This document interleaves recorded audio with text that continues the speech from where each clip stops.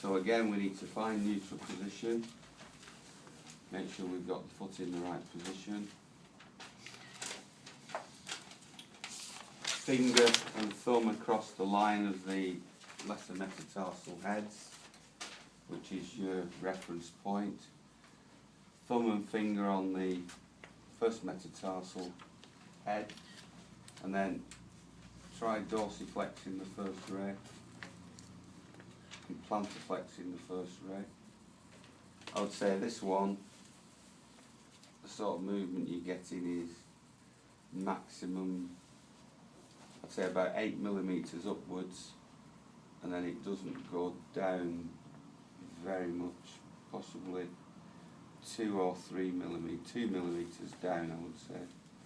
So it does have a bit more dorsiflexion than plantarflexion, so it doesn't have that 5 millimetres up, 5 millimetres down. Right, and that's not really surprising when you look at the shape of the hallux.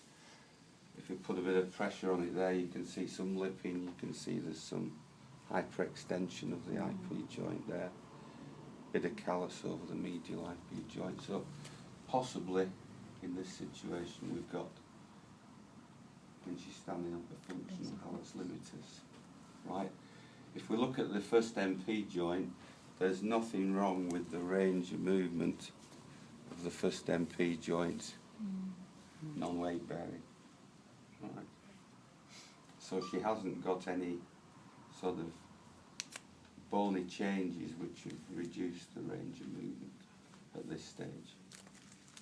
Yeah.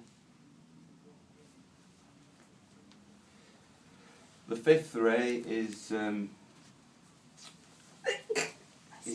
less. You know, I don't get a great deal out of this, to be honest. What you're trying to do is look to see, you know, if there's any plantarflexion that may be related to a lesion, or if it's dorsiflexed to produce a Taylor's bunion, that sort of thing. What you often find when you test the fifth ray is you'll find it has a lot more plantarflexion movement than it has dorsiflexion movement. And to be quite honest, I don't really know what the significance of that would be from a, you know, because there are a lot of people who exhibit that that range of movement. So it seems to have a lot of plantarflexion and some dorsiflexion. It seems to be not an equal range of movement. So, from my point of view, I don't often do a lot of testing on that, unless there's some lesion underneath, or a plantarflex lateral column, something like that, where I've got symptoms somewhere around that lateral border of the foot or the fourth and fifth toes.